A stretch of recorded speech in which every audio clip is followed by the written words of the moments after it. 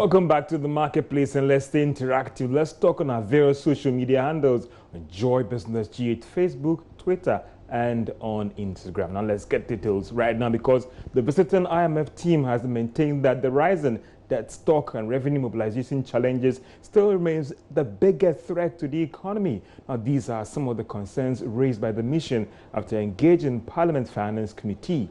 There is more in this report.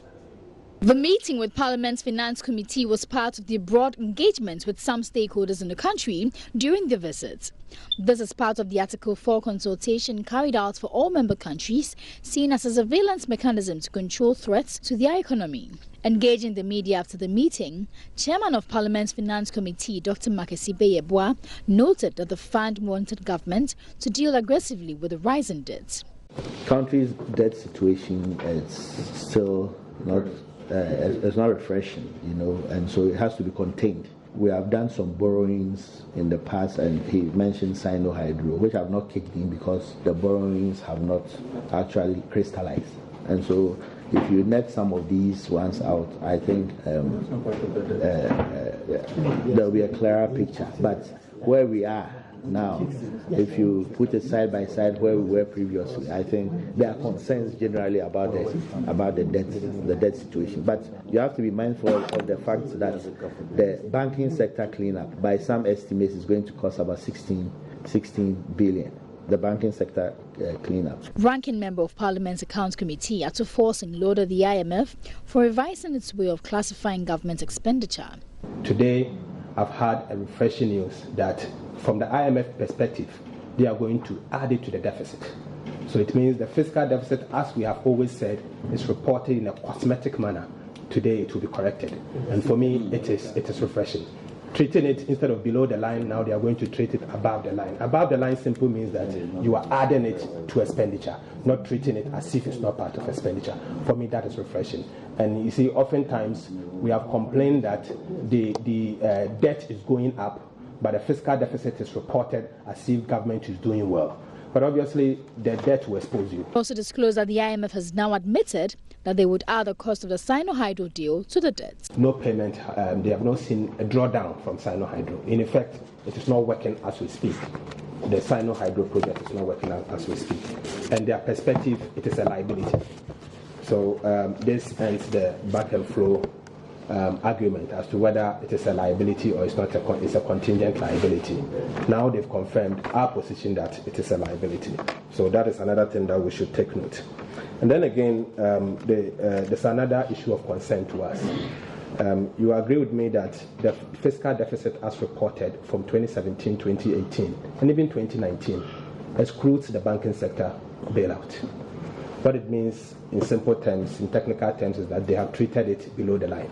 The Article 4 consultation might not be binding, as most investors would often want to depend on it in assessing how an economy is being managed. The team has already met the Finance Minister, Governor of the Bank of Ghana, the Vice President, and some civil society groups in the country. The team is expected to return to their office in Washington, D.C. and come out with a staff report on Ghana. Let's now get onto the line and speak to economist Professor Godfrey on these issues that the IMF mission has raised after their visit. Good afternoon, Professor Bobkin, and you're welcome to Marketplace. Let me first ask you, are you surprised by this concern, by the fact that revenue debt is still a major concern? Hello? Yeah, Prof, I'm saying that for you, are you surprised that the fund is still citing rising debt stock and revenue mobilization as a major challenge to the economy? I think, yeah, that is an issue. Even throughout the IMF program, we haven't been able to deliver consistently when it comes to our revenue mobilization target. And this is one of Ghana's physical challenges today. The fact that the debt buildup is going up, the fact that the revenue envelope has not responded to the various tax measures that government have implemented, in fact, actually since 2017. Tax effort remains one of the lowest in Sub-Saharan Africa. They are currently around 12.6%, and that is very, very unacceptable. Even compared to our peers with similar challenges, similar economic fundamentals, we are doing between 17 to 20%, and we are doing 12.6%, and that is very, very low. And then even when you compare that, particularly to our tax potential, which is somewhere 24 to 25%, then it means that the tax output is so huge. And I'm still wondering, what are the timelines, what are the measures, the roadmap for closing that? And we haven't seen that. And in fact, even when you look at tax exemption, tax expenditures broadly, government told us they sent a new exemption bill to Parliament. We don't know what is happening. And the country is losing so much when it comes to tax exemption. We need to rationalize that. When it comes to financial flows, trade invoicing, and all of that. So, look, the low tax mobilization represents the biggest threat to Ghana being able to successfully and effectively implement Ghana Beyond. If nothing is done about it, it's going to derail our debt sustainability performance. Prof. Because we are heading towards next year's election. There's a limit to how far you can cut expenditures in order to contain the revenue shortfall. And that is why, and the expenditure build-up is increasing. Because the revenue side is not doing well. And the reason we are particularly concerned is that in an election year, usually government is less stringent in terms of enforcing tax compliance because it has implications for voter apathy and all of that. Prof, let me ask you, Prof, I mean, why is this a big deal? I mean, from a layman's perspective, some would say that, well, we can borrow and after all we can pay.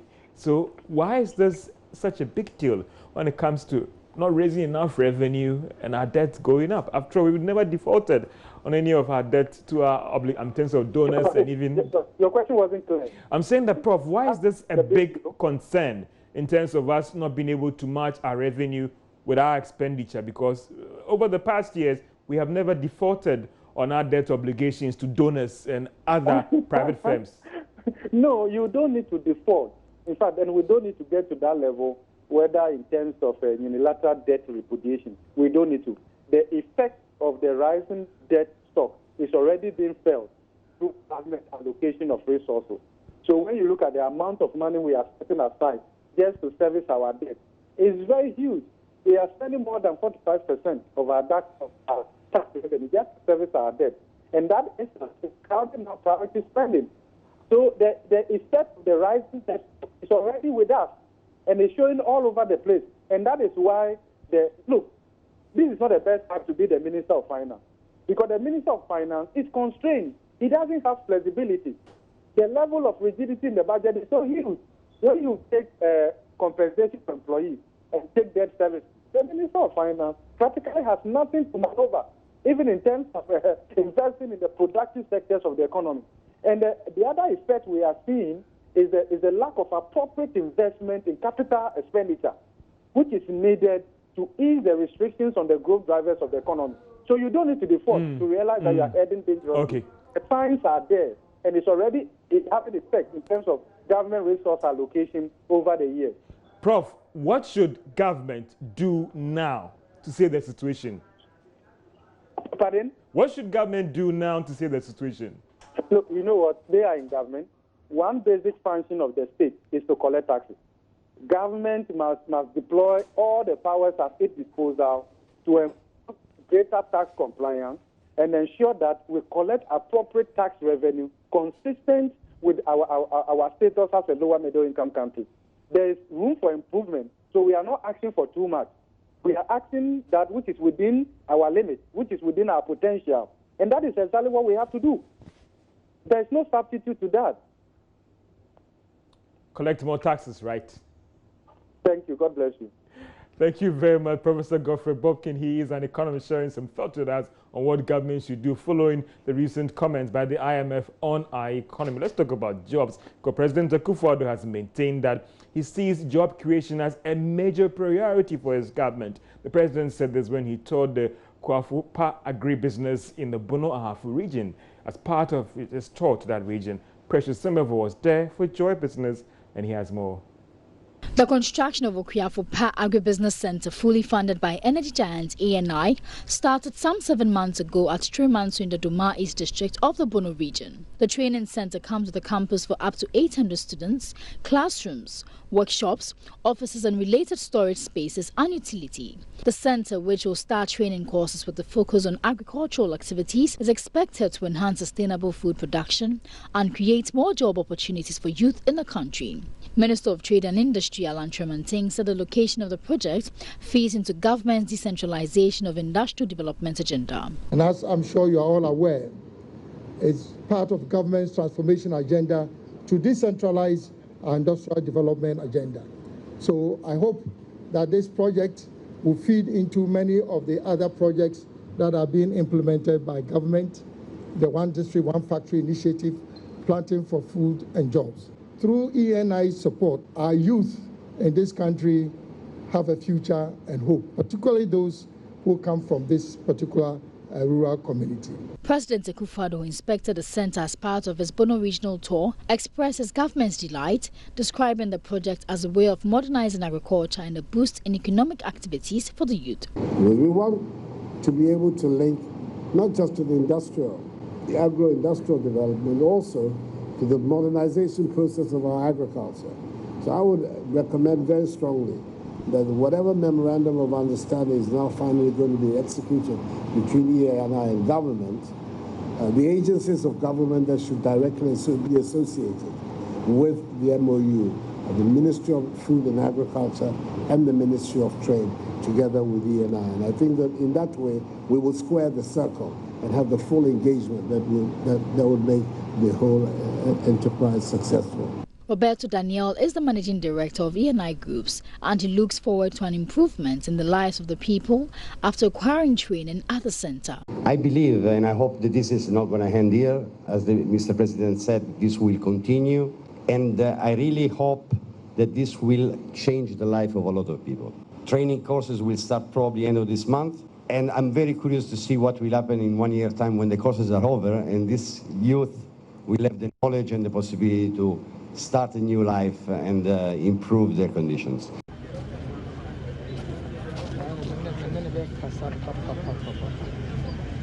Let's talk about CD and Forex, because financial consultant Charles Mensah says businesses should see the advanced sale of Forex by the Bank of Ghana as an opportunity to help them in planning for their dollar operations. The Bank of Ghana earlier this month started its forward sale of Forex to help better regulate the Forex market. Mr. Mensah tells Joy Business Initiative would help minimize the impact of these fluctuations on the operations.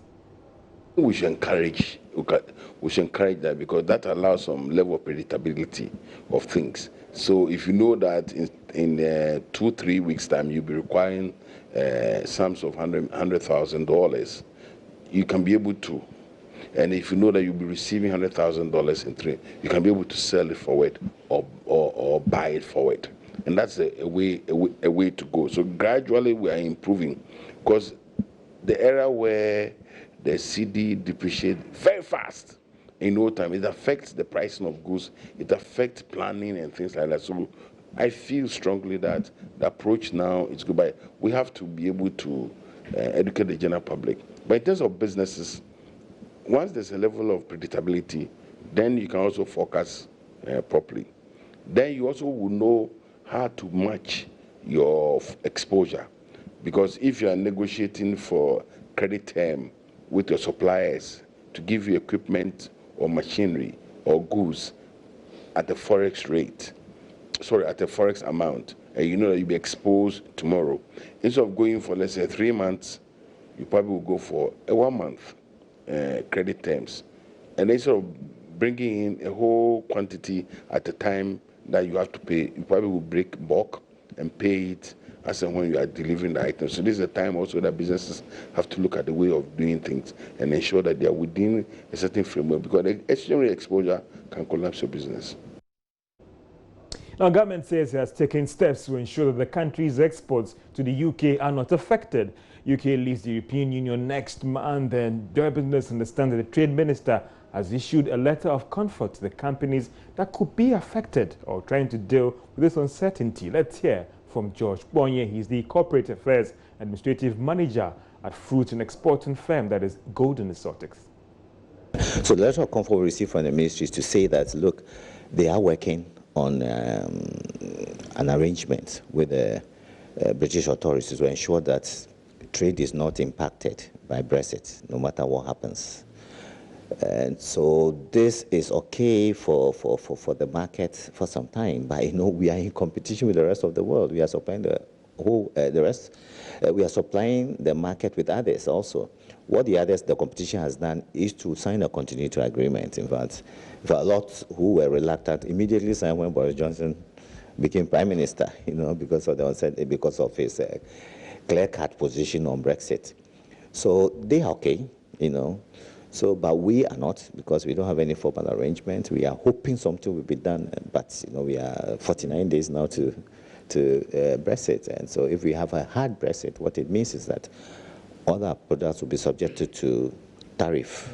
In our case, it will be equivalent to €2 per box of bananas, and we don't make a margin of more than a euro, so €2 tariff means that we just cease to exist. What would mean is that your stuff will be expensive on the UK market, right? Yes. But that doesn't stop you from still exporting your product. We deal with the supermarkets, and the most supermarkets business is by bidding. It's competitive bidding, so you have to quote, which is what is ongoing now for what you will supply next year, what price and what conditions, and others do the same. So if yours is subject to tariff, and the tariff situations that you have to pay, you have to deliver tariff paid. So that situation means that we are already uncompetitive. So chances that will be offered businesses are very slim.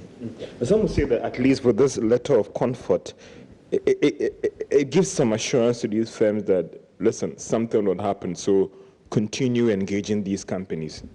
Yeah, that gives us some time, maybe a few weeks, but they will expect that we will follow this up with a formal contract, which shows, like the others have done, that there's some kind of arrangement, or there's a contract between Ghana and the UK, which in our case, or what the competition had to sign a continuity agreement to roll over the EPA conditions, which is the trade regime under which we are working right now.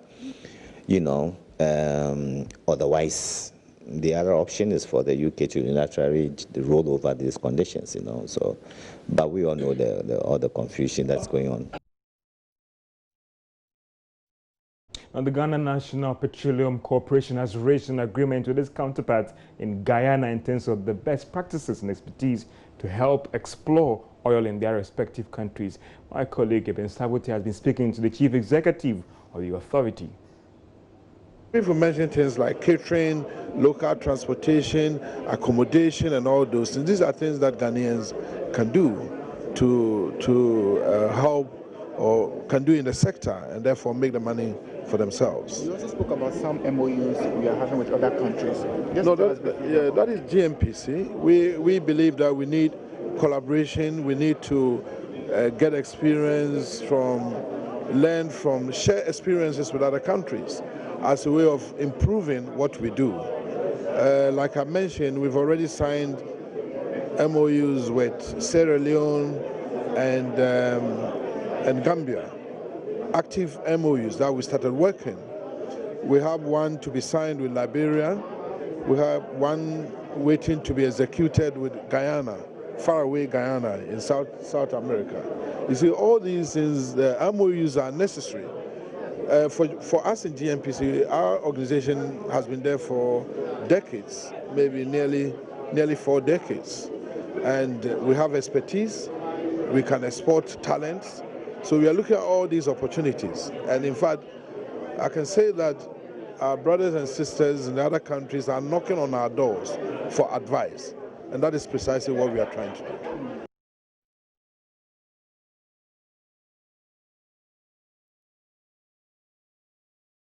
Well, this is Marketplace, and we're coming to you from the studios of JoyNews here at Kokomlimle in Accra. We take a short break and we'll be right back.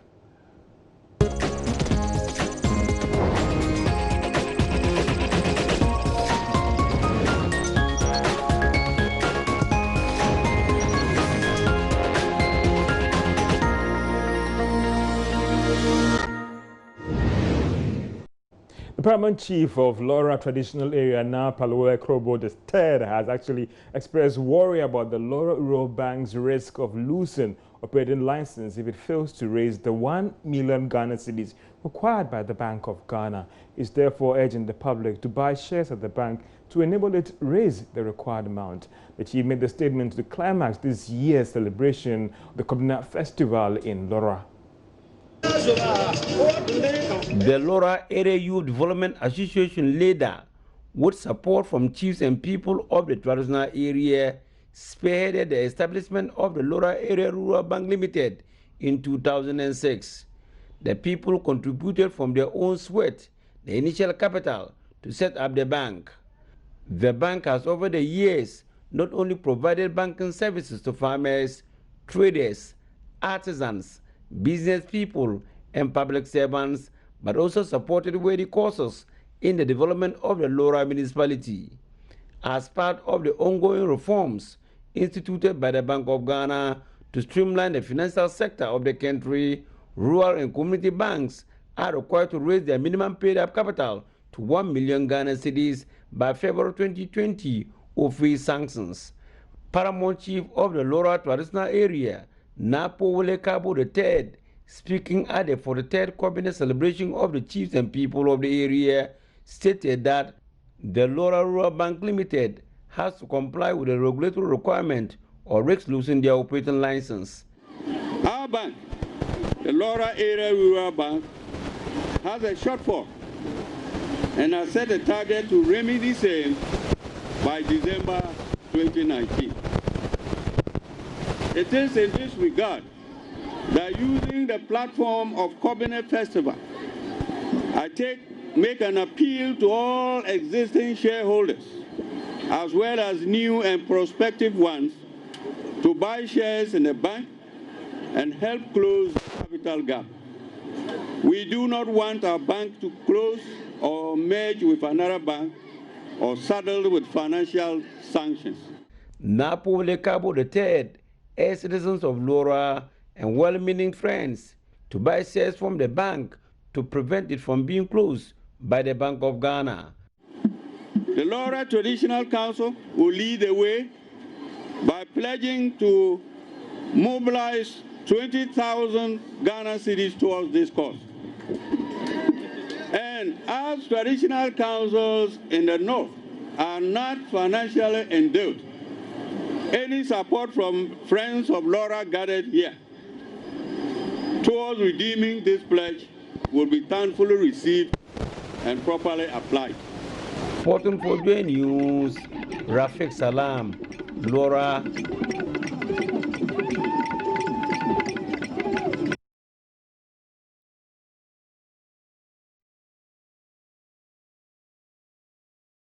Well, all too soon we have to draw the curtain down on Marketplace. But remember, we can stay interactive. Let's talk, let's chat about the top business issues and how they are affecting you out there on our various social media platforms. That is Joy Business GH on Twitter, on Facebook, and on Instagram.